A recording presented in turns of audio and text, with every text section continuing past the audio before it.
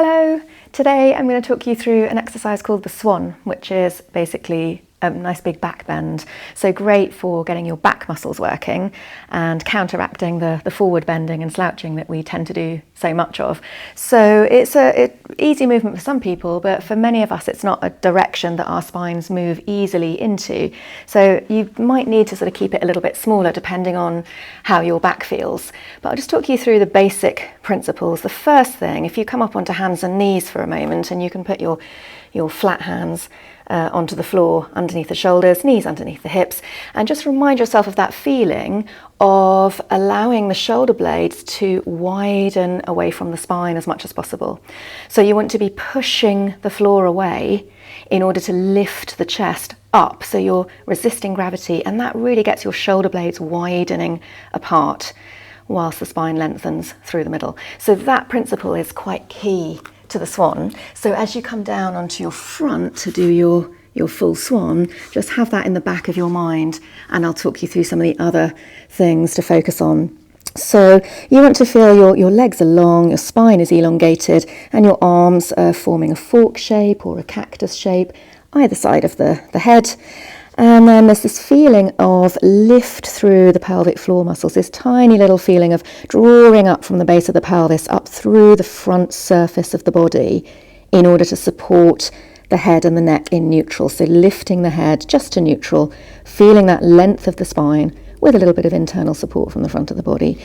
And then you start to pull into extension. So you feel as if your palms are pulling backwards towards you, and your breastbone is gradually reaching further and further forwards and upwards. And you can keep it small to start with, really focusing on that bend in the upper back and a nice sense of length at the back of the neck, so you're not lifting the chin too high. And then again, pulling with your palms, as if your palms are pulling backwards, to gain even more length on the return journey back down again. So if your lower back starts to hurt at any point, you can stop, reassess, maybe make a smaller movement and focus in on that internal lifting sensation from the pelvic floor up through the front surface of the body. And if you feel okay in your back and you're continuing to lift through your center quite happily, then you can potentially make this a bigger movement and start to allow the elbows to lift off the floor. So as you come up into that full Swan, if that feels okay for your back, that's when the pushing element starts to become more important. So you're pulling your spine forwards, but you're pushing the floor away, and that should help you to keep your shoulder blades really nice and wide.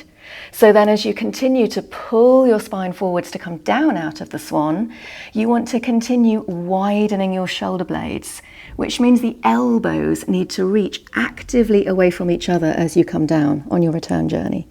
So one more time, lifting through the front of the body, finding that little gentle lift up through center to feed the forward movement of the spine, breathing into it as you pull through the palms, pulling the spine forwards, feeling it elongate, the breastbone lifts, and you feel that sense of push down into the floor with your hands so that you can keep resisting gravity, lifting upwards through the spine, widening out through the shoulder blades. And then as you come down again, still pulling yourself forwards gently, you want to continue widening those elbows away from the spine to keep the shoulder blades broad as you bring yourself back down to the mat.